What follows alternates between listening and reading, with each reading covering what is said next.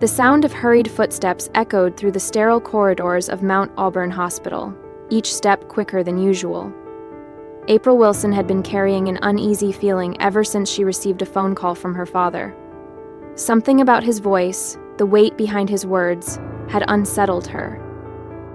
"Miss Wilson, you look lovely today," an elderly patient greeted her warmly as she passed by the nurse's station. The gentle smile on his face momentarily pulled her out of her thoughts. April paused, returning the smile with genuine warmth, tucking a strand of her long brown hair behind her ear.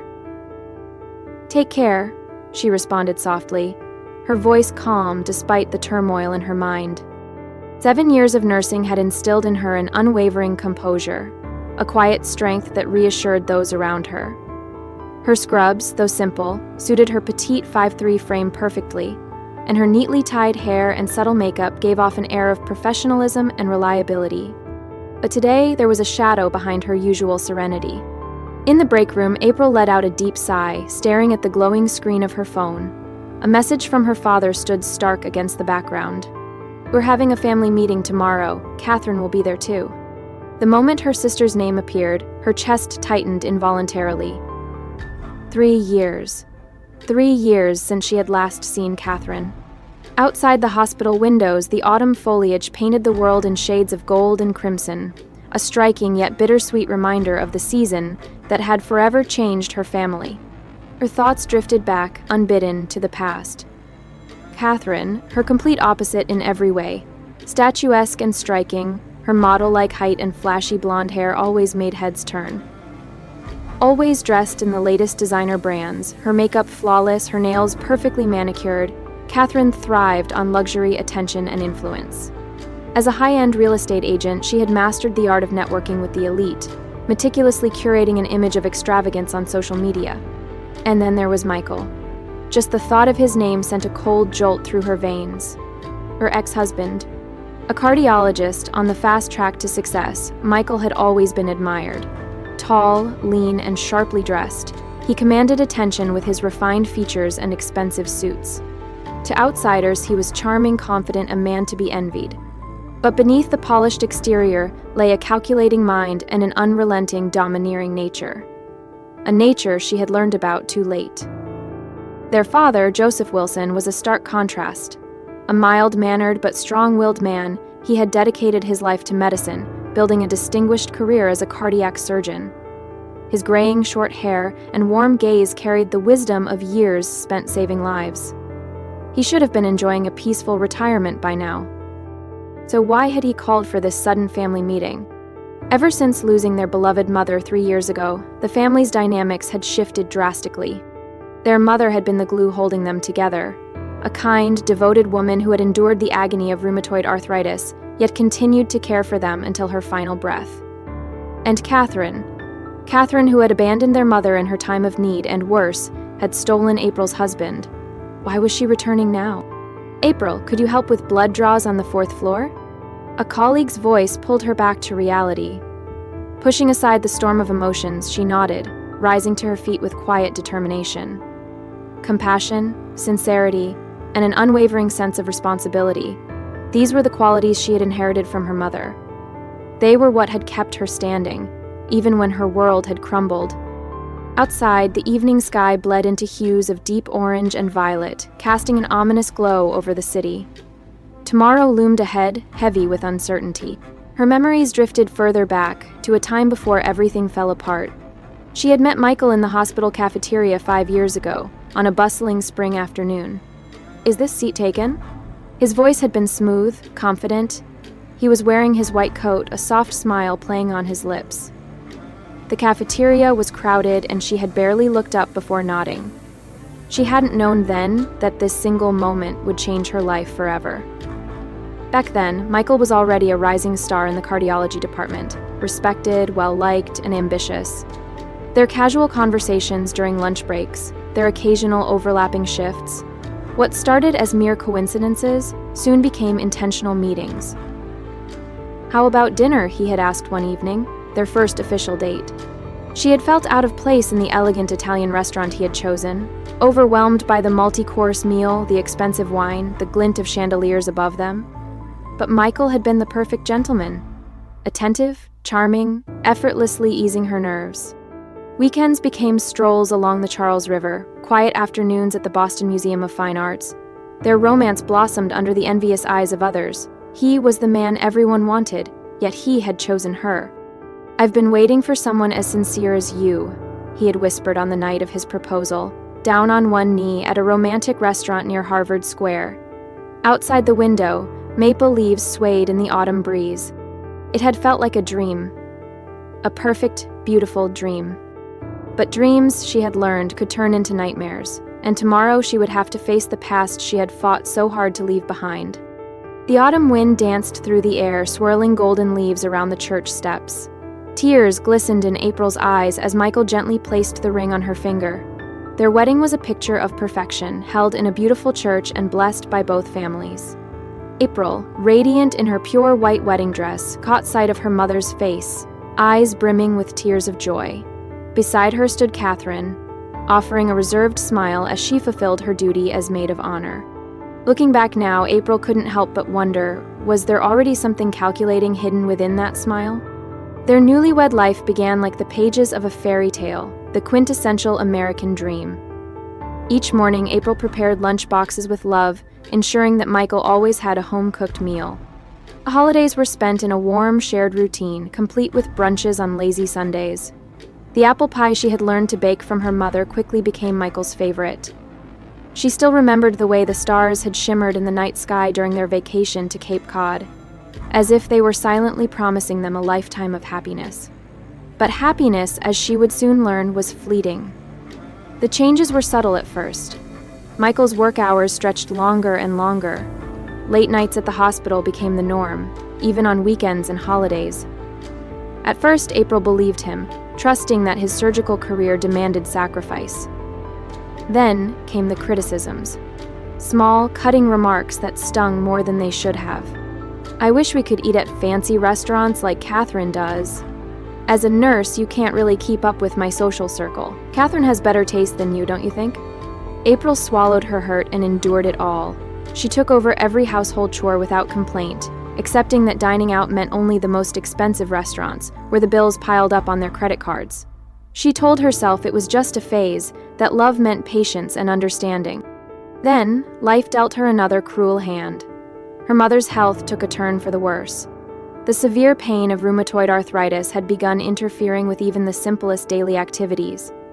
When April turned to Catherine for support, her sister dismissed her with excuses about being too busy with work. The burden of caregiving fell squarely on April's shoulders. "I'm very sorry, but visiting hours are over." Even when the nurses at the station gently reminded her, April found it impossible to leave her mother's side. Every night she stayed past hours, adjusting pillows, assisting with feeding, and offering the care only a devoted daughter and an experienced nurse could provide. "April, staying so late again?" Her mother's voice had weakened over time. "I'm sorry." April forced a smile, suppressing the exhaustion that weighed heavily on her.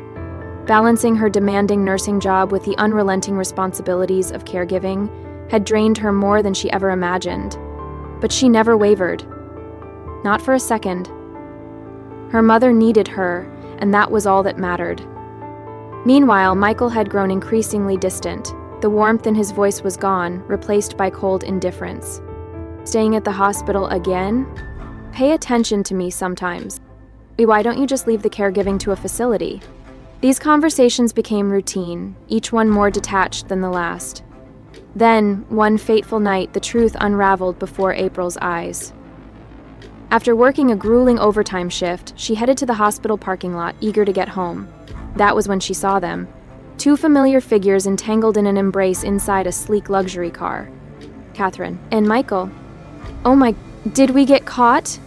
Catherine's laughter rang through the crisp night air, sharp and unapologetic. Michael, his face unreadable, met April's shocked gaze with a look of defiance. "Well, it's over," he said coolly. "Let's get divorced." The divorce was not just a separation, it was an attack. Michael demanded a hefty alimony while Catherine, ever the opportunist, twisted the narrative. She turned to their parents, whispering poison into their ears, slandering April at every turn. Photos of Michael and Catherine together, dining at extravagant restaurants, flooded social media. "Did you really not know?" Catherine's words dripped with mockery. "Everyone else noticed. A plain woman like you could never satisfy Michael." April's world shattered, and then, as if fate had not been cruel enough, her mother passed away shortly after. The stress, the exhaustion, the emotional devastation had rapidly deteriorated her condition. In her final moments, she reached for April's hand and whispered, barely audible, "I'm sorry." April knew what she meant. It was an apology for Michael, for Catherine, for everything. Catherine didn't even bother to show up at their mother's funeral. From that day on, April cut ties. She left the family home, abandoning the past that had tormented her. She moved into a modest one-room apartment, small yet peaceful, chosen for its proximity to the hospital. It was her new sanctuary, a place where she could start over. As she gazed out of her apartment window, the evening sky was painted in hues of crimson and deep violet, mirroring the storm of emotions she still carried within. 3 years had passed since then. The wedding ring that once symbolized love and devotion had long since disappeared from her finger. In its place, her mother's keepsake ring now sat, gleaming softly under the dim apartment light. In the back seat of the taxi heading toward her family home, April exhaled deeply. 3 years. 3 years since she had severed ties with the past, and now she was being pulled back into it once more. 12-hour shifts at the hospital blurred together, days passing in a monotonous cycle. Life was quiet, predictable. Occasionally, April would catch glimpses of her sister and brother-in-law's extravagant lifestyle on social media. Lavish parties in penthouses, luxurious European vacations, photos flaunting newly purchased foreign cars. The posts seemed almost deliberately placed for her to see, a silent taunt from afar. What a perfect couple. That family looks so happy. The comments under each photo flooded her screen, but April would merely scroll past them in silence. Her contact with her father had dwindled down to monthly phone calls and short visits on birthdays. He never pressured her, only offering gentle advice. Focus on healing your heart for now. April had taken those words to heart, keeping her distance, building a life of quiet solitude. Then came the call that shattered the silence. "I want to have a family meeting. I've contacted Catherine and Michael." April's heart pounded at those words.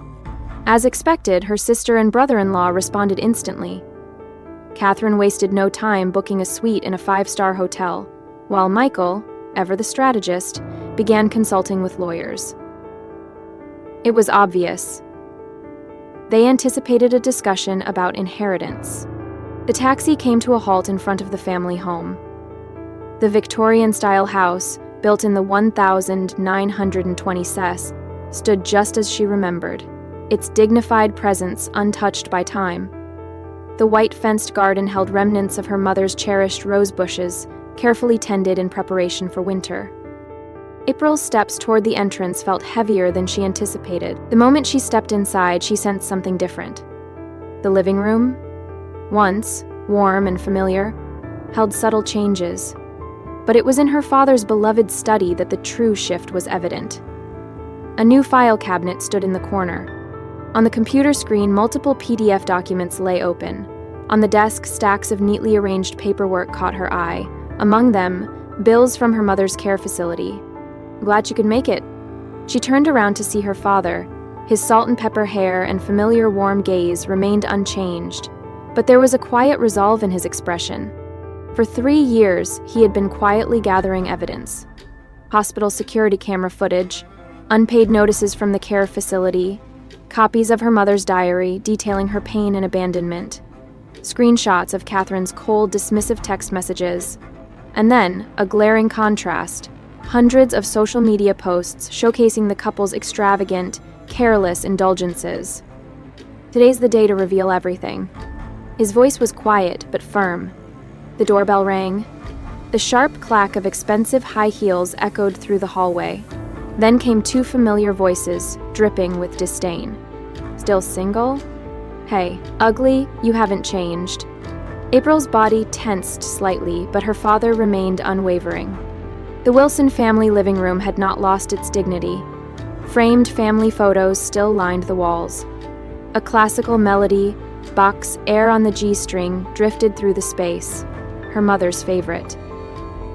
The faint scent of coffee lingered in the air. The two intruders settled onto the grand sofa as if they owned the place. Catherine crossed her legs, her expensive heels swaying slightly. Michael, lounging beside her, glanced around with an expression of boredom. April sat quietly in a single chair, her simple dress reflecting the same modest presence she had maintained for years. But now, her eyes carried a different kind of strength. "Father, I've consulted with lawyers about the inheritance."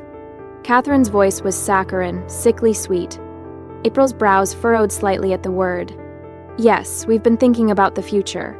Michael attempted to interject smoothly, his confidence unwavering. Their father, however, calmly stood up. "Perfect timing. I have something important to discuss." His voice, though mild as always, carried an unmistakable core of strength. The evening light filtered through the window, casting a dignified glow on his graying hair. In that moment, their smug expressions shifted. Catherine's practiced smile faltered. Michael's air of arrogance cracked just slightly. They exchanged uneasy glances. "First, let's talk about my condition." His words sent a ripple through the room. "I have terminal pancreatic cancer." A heavy silence fell over them. 3 months to live. Tears welled in April's eyes. She had known. She had already braced herself for this, but hearing it aloud still hurt. Meanwhile, Catherine and Michael's reactions were starkly different. Shock. Agitation. And then, calculation. Michael, the doctor, processed the information instantly. He understood exactly what pancreatic cancer meant. "Father will take care of you," Catherine rushed to say, her voice almost frantic. Her lips trembled slightly beneath the layer of perfectly applied lipstick. "Yes, I can provide the best treatment," Michael added, trying to reassert his position, his authority. But their father simply raised a hand, silencing them. "That won't be necessary." He moved to his study. From a drawer, he pulled out a thick stack of papers. And with that, the real meeting began.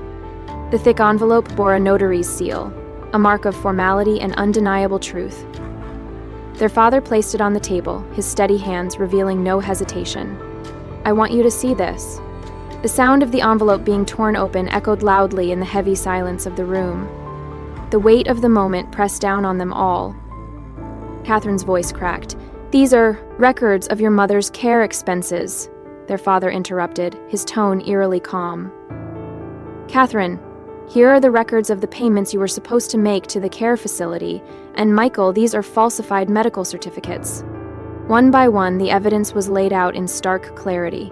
Stacks of documents spread across the table, security camera footage, unpaid notices from the care facility, copies of their mother's diary, Catherine's cold and dismissive text messages, social media posts flaunting their extravagant lifestyle. "That's not all," their father continued. He turned the computer screen towards them, his voice unwavering. "I also have records from the day your mother passed away." The screen flickered to life, revealing security footage from the hospital. The timestamp was clear, undeniable. It showed exactly where Catherine and Michael were during their mother's final critical hours. Catherine's face went pale, a cold sweat began to form on Michael's forehead. "You left Mother to die," their father's voice was low and heavy, laced with restrained fury. "And then, you lived luxuriously with the money meant for her care." Outside, the snow continued to fall, thick flakes swirling in the wind. The flames in the fireplace flickered, casting long shadows across the room. With the precision of a seasoned cardiac surgeon, their father continued presenting evidence, methodically, relentlessly. "Let's start with the car expense records." Spread before them were bills from Mount Auburn Care Facility, meticulously arranged in chronological order, spanning 3 years. "Catherine, you received $5,000 every month for Mother's care expenses." His voice remained eerily composed. Yet no payments were actually made. One by one, he revealed the unpaid notices from the care facility, each one more damning than the last. Red-lettered demands for payment. Records of facility staff raising concerns. Documentation showing that their mother had not received the care she so desperately needed. Catherine's voice trembled. This must be some mistake. Her perfect, polished exterior was beginning to crack. The flawless makeup, the confidence, the practiced elegance. All of it was slipping away. it's no mistake. Their father turned the computer screen once more. These are your bank account records. The screen displayed undeniable proof. Transactions showing money meant for their mother's care being funneled into personal luxuries. Luxury brand purchases, overseas vacations, expensive car loans. Traces of their lavish lifestyle recorded in cold, unfeeling data. Their father's gaze then shifted to Michael, his former son-in-law. You were complicit in this. The next set of documents revealed hospital records, false medical certificates signed by Michael himself, reports downplaying their mother's deteriorating condition, misrepresented assessments, minimizing her care needs. Michael swallowed hard, his carefully constructed persona crumbling. As a doctor, He tried to speak, but his voice faltered. His professional pride clashed against the evidence exposing his misconduct. His expression twisted in turmoil, and this, their father continued, his voice steady, is the decisive evidence. He pulled out an old, well-worn diary. Your mother's final days, recorded in her own handwriting. April could feel the air leaving her lungs as her father turned the fragile pages and began reading aloud. Today, I tried contacting Catherine again. She refused to answer. I can't burden April anymore. Tears welled up in April's eyes. The ache in her chest felt unbearable. I consulted Michael, but he wouldn't listen. The pain in my heart hurts more than my physical pain. Across the table, Catherine sat frozen. Her once flawless makeup was now streaked with mascara-stained tears. The walls of deceit she had so carefully built were collapsing around her. There's more.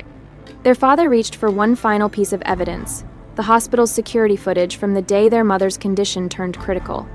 On the screen, the footage played. Catherine and Michael arriving at a luxury restaurant. The timestamp glowed like a cruel reminder. Do you remember what happened that day? Their father's voice cut through the suffocating silence. For the first time, emotion cracked through the walls of composure. Mother waited for you both until the very end. April's memory drifted back to that day. The sterile white hospital room, the rhythmic beeping of machines, her mother's frail breathing, and the unfulfilled wish lingering in her dimming eyes. But we had work. Catherine's feeble attempt at an excuse barely passed as words. Work, the justification that had lost all meaning now. Their father, without a word, quietly turned his computer screen toward them. Look at this post. On the screen was Catherine's social media update from that very day. Having the best night ever! A glamorous picture from a lavish event, a beaming Michael by her side, the sparkling champagne flutes held in their hands. Michael's face turned ashen. Their father took out one final envelope, its substantial weight undeniable. The notary's seal glinted under the warm glow of the fireplace. This is my will. He placed it on the table, his measured voice steady as ever. As the couple read the contents, their expressions froze in unison. All assets will be inherited by April. The air in the room grew unbearably heavy. And I've set conditions for you both. Their father stood up slowly, his gaze unwavering. An apology at your mother's grave. Full repayment of the embezzled care expenses. He paused, letting the weight of his next words settle in. And the funds I had prepared for my treatment will be entirely donated. Catherine jolted upright, knocking her brand-name handbag onto the floor. That's illegal. We have inheritance rights. You think you have such rights? Their father's piercing gaze bore into them. Rights for those who abandoned their mother to die?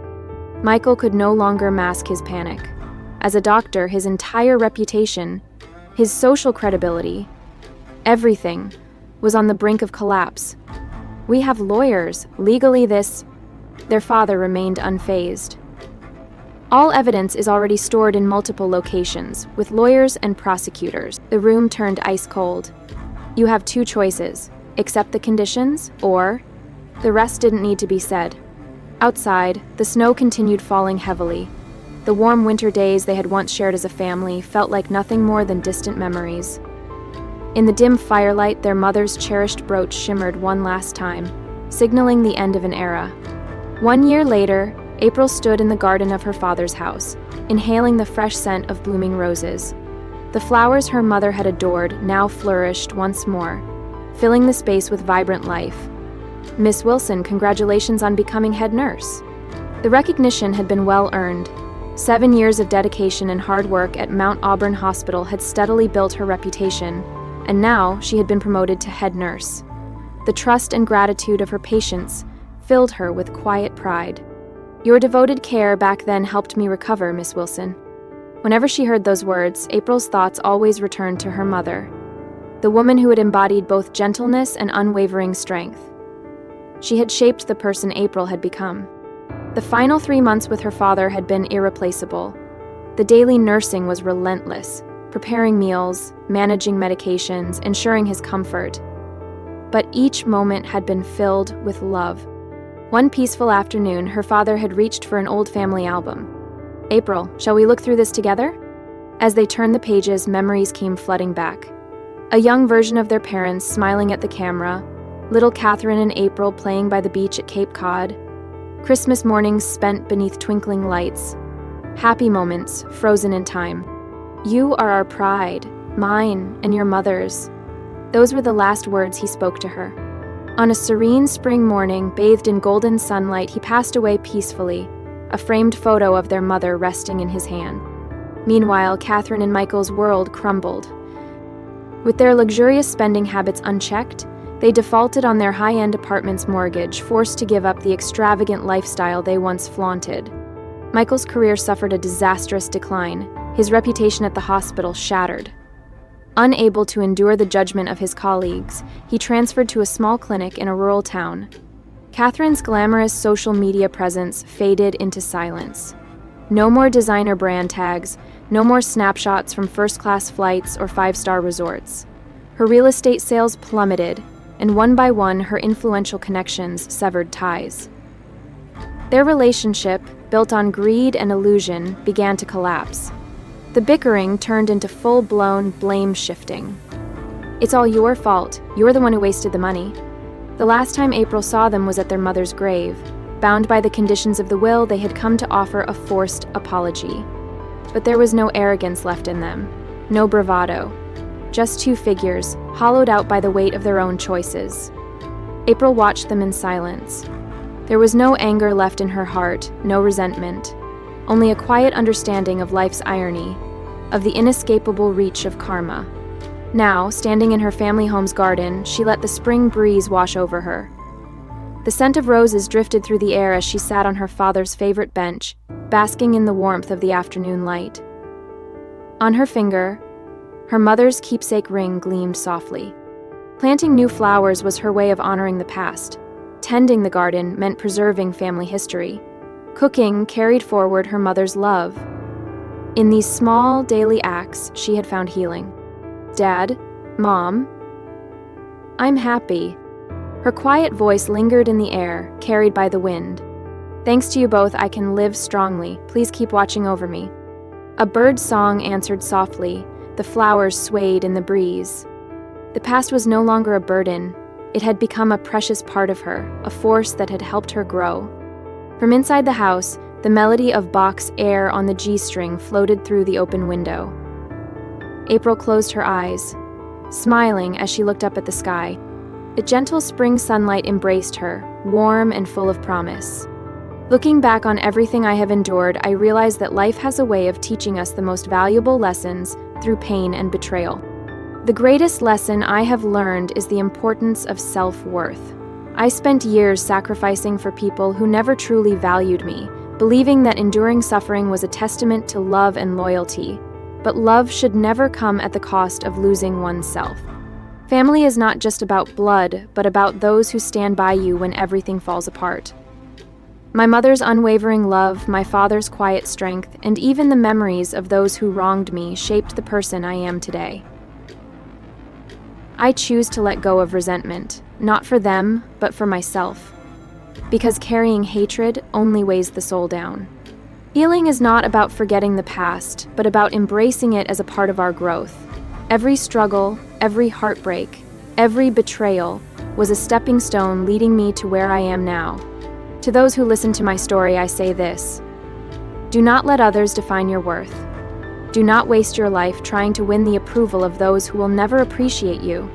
Instead, Cherish those who see your true value and support you unconditionally. Honor your past, but do not let it chain you. Forgiveness is not weakness, it is the ultimate strength. And above all, never stop believing in your own resilience, because no matter how dark the night may seem, the dawn will always come. Now, as I stand in my garden, surrounded by the flowers my mother once loved, I feel at peace. The past no longer haunts me, instead it strengthens me. Mom, Dad, I am happy. Thank you for everything. Please keep watching over me. And to you, whoever is listening, live strongly, love deeply, and never forget your worth.